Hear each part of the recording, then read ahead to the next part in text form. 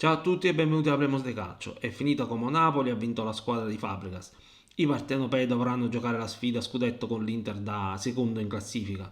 Napoli che nel mese di febbraio per due volte si è visto sfuggire di mano la vittoria nei minuti finali, parlo della partita con Roma e Lazio.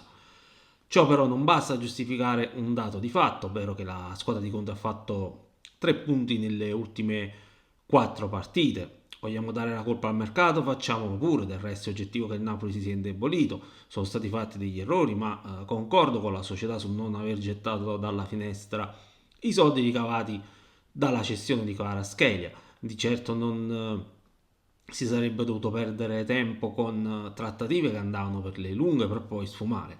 Ma parliamo di Como Napoli, lo faccio subito dopo avervi invitato a iscrivervi al canale. Il Napoli ha fatto un buon primo tempo sul piano dell'intensità e anche tatticamente. È andato a pressare alto e il Como faticava ad uscire, infatti ha perso più di una palla pericolosa. È chiaro che sulla sconfitta ha un peso determinante il grave errore di Rachmani. Devo pensare che il Como abbia offerto qualche birra anche a lui. Naturalmente non tutto è andato bene nel primo tempo, oltre all'errore di Rachmani. Non si può sorvolare sulla prestazione di Lukaku, davvero impalpabile, immobile, si è fatto beccare almeno 3 volte in fuorigioco.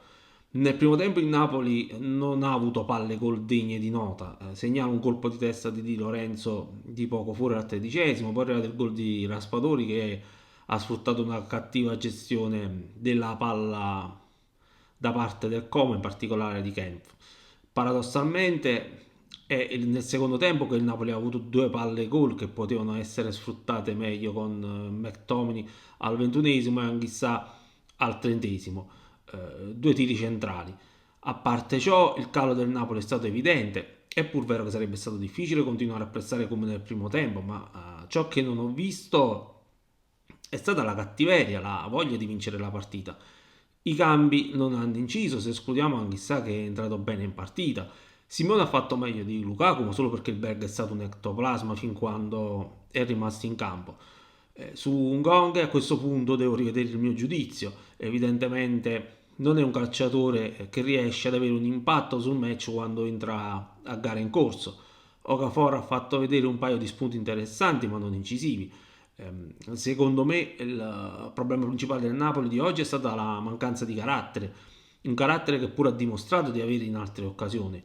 Il Como ha vinto ma non con merito, non ha fatto una grande partita, non ha dominato, ha sbagliato spesso, però ha un'arma che si chiama Nico Pass che si inventa quel passaggio a Diao che a sua volta è abile a infilarsi alle spalle di Rachmani ma anche a deludere la sorveglianza di Lorenzo. Ripeto, forse dico un'ovvietà, il Napoli ha perso perché Rachmani ha commesso un grave errore. Perché dico grave? Perché quel tipo di autogol lo fai se non sei concentrato, perché sulla rimessa per il Napoli dovevi sapere dove si posiziona il portiere. Adesso è inutile buttarsi a terra, testa la partita con l'Inter perché ogni partita è storia a sé e chissà che questa sconfitta non abbia dato una svegliata al Napoli e faccia venire fuori quella rabbia agonistica che sembra essere assopita da qualche settimana. L'Inter non è imbattibile, ma è importante non facilitarle il compito come fatto con gli avversari in queste ultime partite. E attenzione, non diamo l'Atalanta per morta perché se oggi vince si porta a 2 punti dal Napoli. Non c'è altro da dire, vi saluto e mi raccomando l'iscrizione al canale. Ciao e alla prossima.